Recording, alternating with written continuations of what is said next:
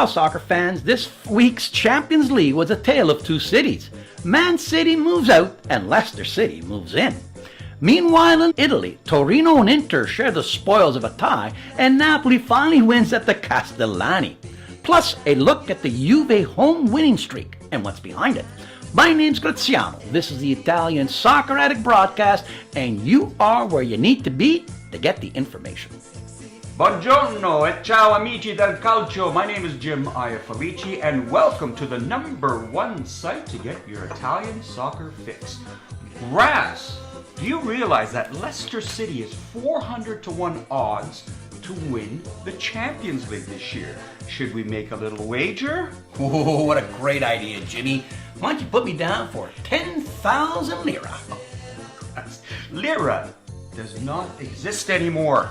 What? Here I thought I was rich. Raz, the European Union, it's a fact. Get over it. Time to empty the wallet. European play continues to provide soccer fans with more upsets than the Titanic, as yet more big money teams sink. Man City took a 5-3 advantage to Stade Louis II, where they lost their heads and went down 3-1. Monaco started quickly with the Mbappe tap-in in the 8th. And another tap-in by Fabinho in the 29th. In the 71st, Sané got the all-important away goal, but City couldn't hold the lead, and Bakayoko, no relation to Yoko Ono, sent the Principality to the quarterfinals with a header from a free kick in the 77th.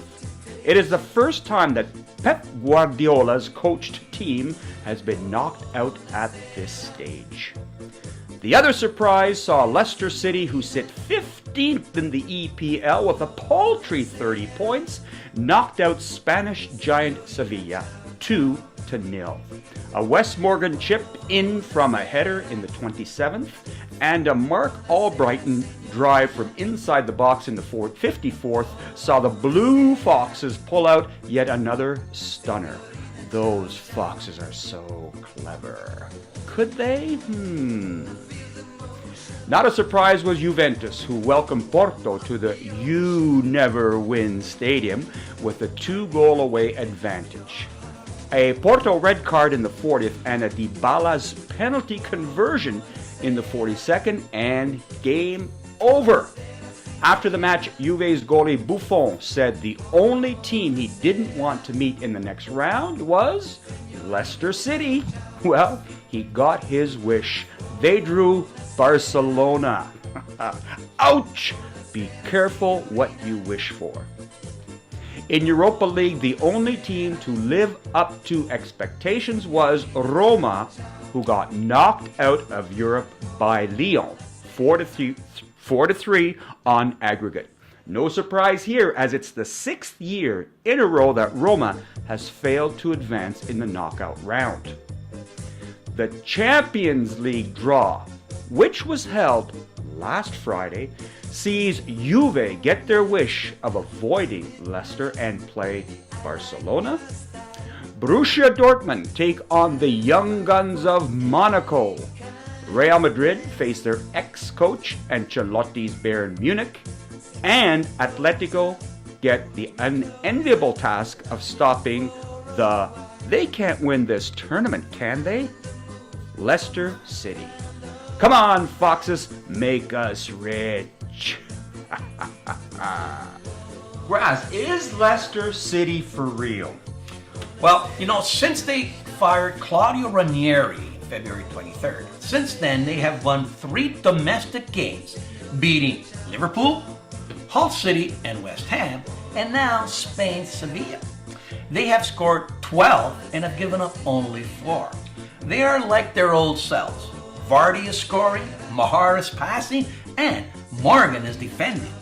It's back to the future for this team. What do you think, Jim? Well, you see, there's a new coach. That means a new attitude and renewed confidence. Under Ranieri, they were living on past glories. Under Craig Shakespeare, it's to be and not to be beaten. Wise words. The marquee game in Serie A saw Inter traveling to Torino on Saturday. Torino at home have won 6, lost 6, and tied 7 against the Milanese, but recently have lost 9 of the last 10 matches against them. This was an up and down game with Torino's Joe Hart showing why Man City let him go. In the 27th, he bobbles a Condobia shot. Baselli, however, bails him out, finding the net in the 27th with a perfectly placed header. Aqua gives them the lead in the 59th with a right foot curler, only to have Joe miss a cross and give Candreva an open net.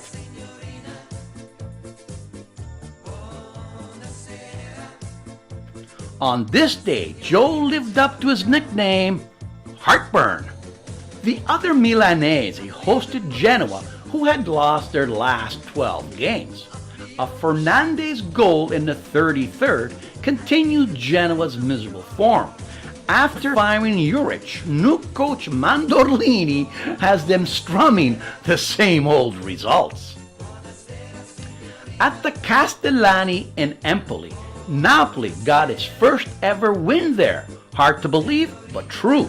It was a close call though. After going up 3-0 on 2 goals by Insigne and 1 from Dres the Martian, the Partenopei struggled as Empoli mounted a spirited comeback with 2 quick goals and 2 near misses. But on this day, Napoli finally got this monkey off its back, holding on to a 3-2 victory. Whew, that was close.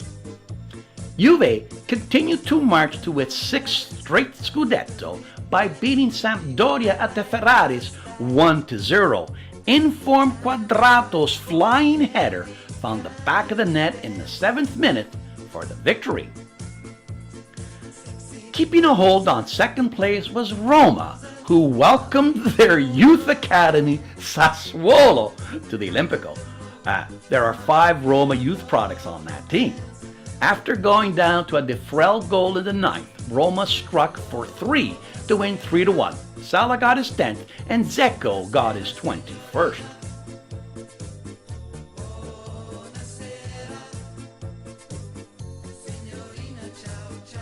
Other scores saw Bologna slice up Chievo 4-1 with 2 Zimaili goals. Fiorentina's Kalinic got its 14th in the 90th minute to cheese off Crotone 1-0. Udine put 4 by Palermo.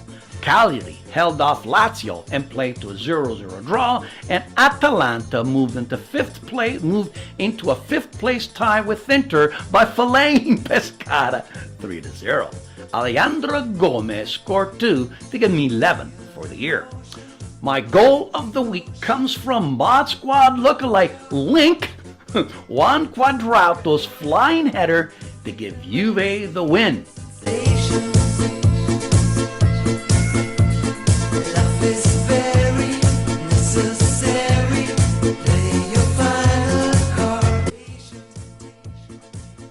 Hey, it's the way Felici sees it.